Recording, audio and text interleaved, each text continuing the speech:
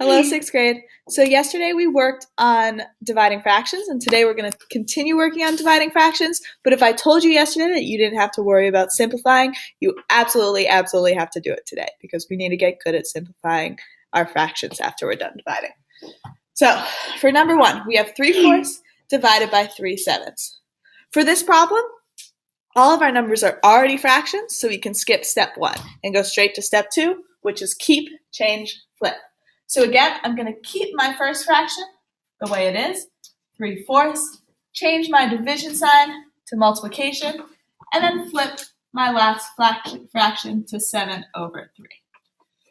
And then multiplying is easy. We just multiply straight across. So 3 times 7 equals 21 over 4 times 3, which equals 12.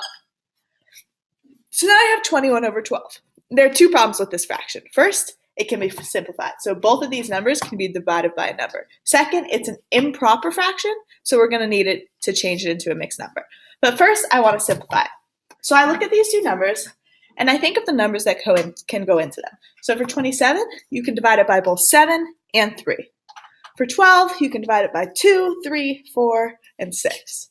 So I want to divide 12 and 21 by 3, because that's their common factor. And I'll end up with 7/4. This fraction can't be simplified anymore, but I can make it into a mixed number. So I need to divide 7 by 4. So if I divide 7 by 4, 4 goes into 7 one time. 4 times 1 is 4. I'm left with 3. I then need to take my remainder, which is 3, and put it over my divisor. So I'll end up with 1 and 3/4. So my final answer is 1 and 3/4. I want to do one more so we can continue working on simplifying. If you think you can do two on your own, pause the video now and then restart it when you're done with the problem. So for number 2, I have 4 2/5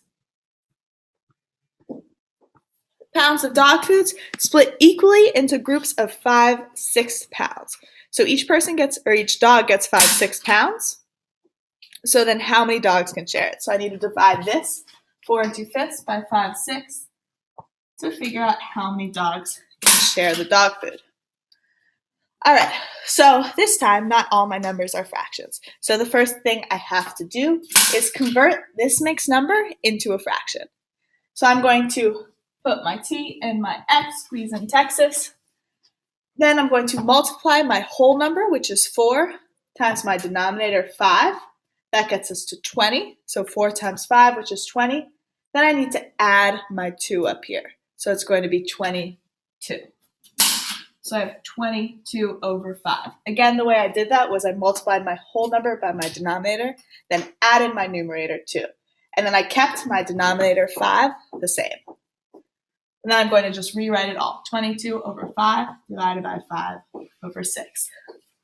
All right, now that all of my numbers are fractions, I'm going to go to my next step, which is keep, change, flip.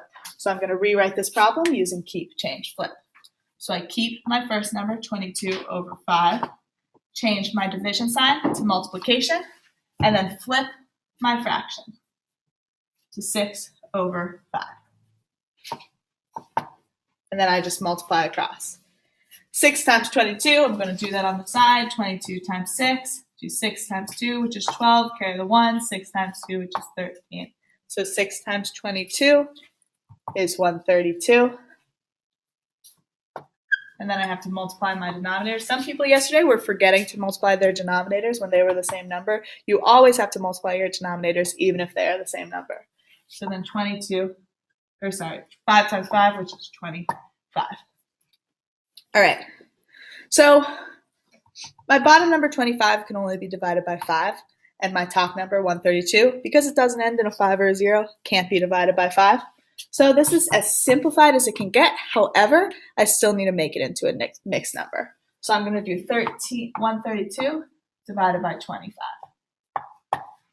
And then the way you do this is you roll your multiples out on the side, which you guys can do practice on your own. So you have 25 times 1, 25 times 2, etc., etc. I'm just going to do this quickly for the sake of time. I know that 25 goes into 132 5 times, and I'll end up with 125. Subtract, and I'll get 7. 7 is my remainder, so I put it over my divisor as my fraction. So I have 5 and 7 over 27 25ths as my final answer.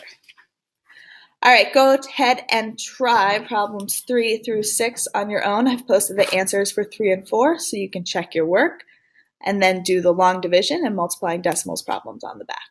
Good luck.